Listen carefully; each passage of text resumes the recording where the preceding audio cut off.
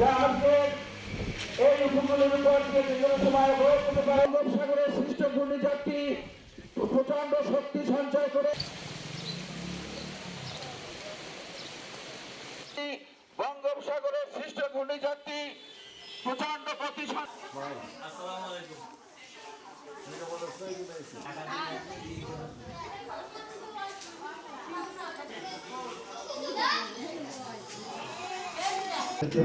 আমাদের জাতির পিতা বঙ্গবন্ধু শেখ মুজিবকে এই দুর্যোগের মোকাবেলার জন্য সার্বিকভাবে আমরা প্রস্তুত রয়েছি। আমরা ইতিমধ্যে আমাদের দুর্যোগ অঞ্চলে আমাদের সমস্ত খাবার এবং উপকরণ পৌঁছে গিয়েছে এবং মানুষকে নিরাপদ আশ্রয় নেওয়ার জন্য সর্বাত্মকভাবে কাজ করতেছে।